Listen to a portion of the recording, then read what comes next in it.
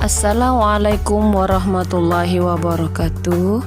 Kami dari kelompok 2 Angkatan 34 Latsar CPNS 2021 PPSDM Regional Bandung yang beranggotakan Maisarah SPD, Siti Rumiah SPD, Hatna Marina SPDI akan menjelaskan mapping implementasi WOG di era transformasi digital di Kabupaten Indragiri Hilir, Riau.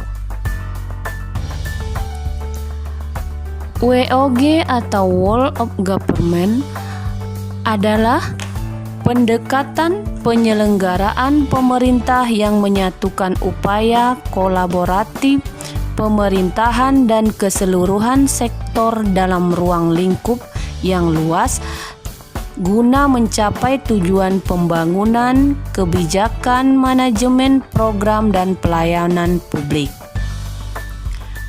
Adapun tantangan yang pertama, kapasitas SDM dan institusi. Yang kedua, nilai budaya dan organisasi. Yang ketiga, kepemimpinan.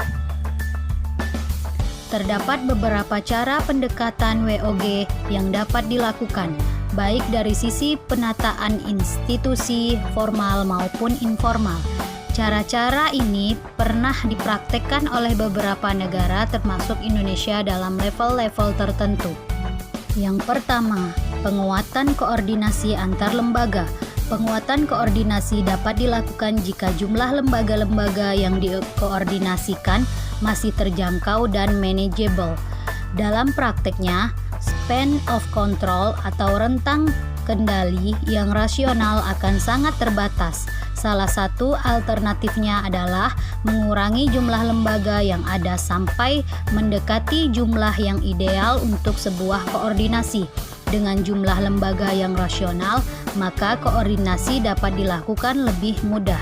Pembentukan gugus tugas biasanya menjadi salah satu cara agar sumber daya yang terlibat dalam koordinasi tersebut dicabut, sementara dari lingkungan formalnya untuk berkonsentrasi dalam proses koordinasi tadi.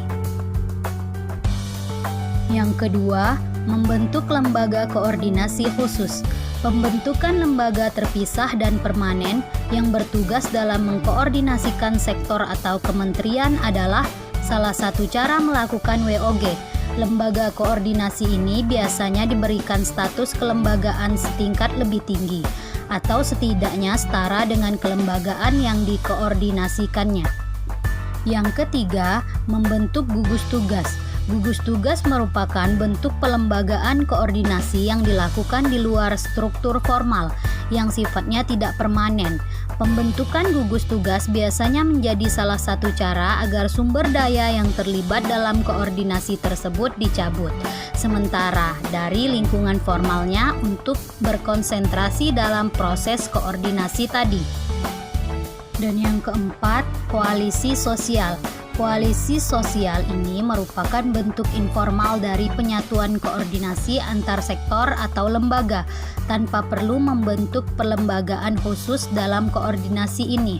Di Australia dalam masa pemerintahan Howard melakukan hal ini dengan mendorong inisiatif koalisi sosial antar sektor pemerintah, bisnis, dan kelompok masyarakat. Koalisi sosial ini mendorong adanya penyamaan nilai dan persepsi tentang suatu hal, sehingga pada akhirnya akan terjadi koordinasi alamiah.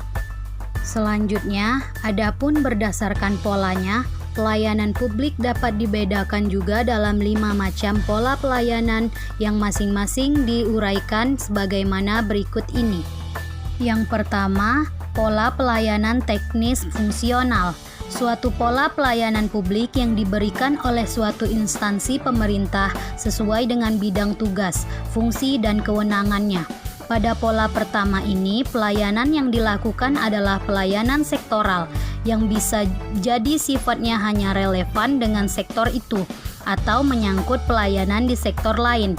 WOG dapat dilakukan manakala pola pelayanan publik ini mempunyai karakter yang sama atau memiliki keterkaitan antara satu sektor dengan yang lainnya. Yang kedua, pola pelayanan satu atap. Pola pelayanan yang dilakukan secara terpadu pada satu instansi pemerintah yang bersangkutan sesuai kewenangan masing-masing.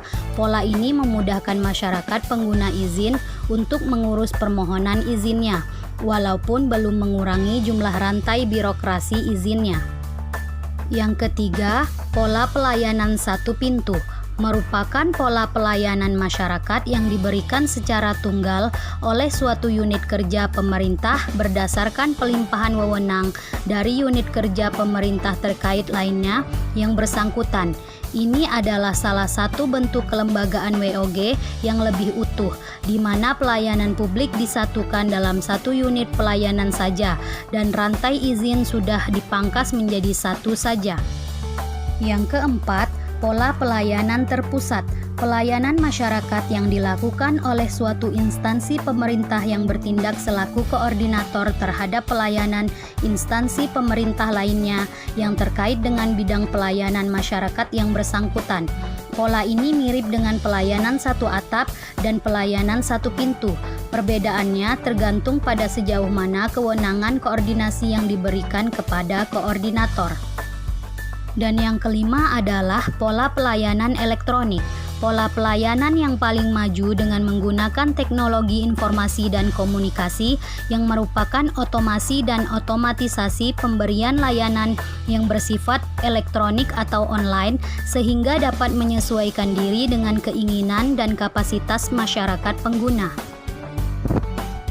Jenis-jenis pelayanan publik. Yang pertama ada pelayanan barang, ada bentuk dan jenis barang. Kedua, pelayanan jasa, adanya jasa yang dilayani. Yang ketiga, pelayanan regulatif. Keempat, pelayanan administratif. Selanjutnya ada implementasi World of Government di Indragiri Hilir. Yang pertama ada Si Prima 15 menit, merupakan inovasi pelayanan publik berbasis digital dengan aplikasi WhatsApp. Kedua, Inpas, portal informasi pemerintah Kabupaten Indragiri Hilir dan masyarakat.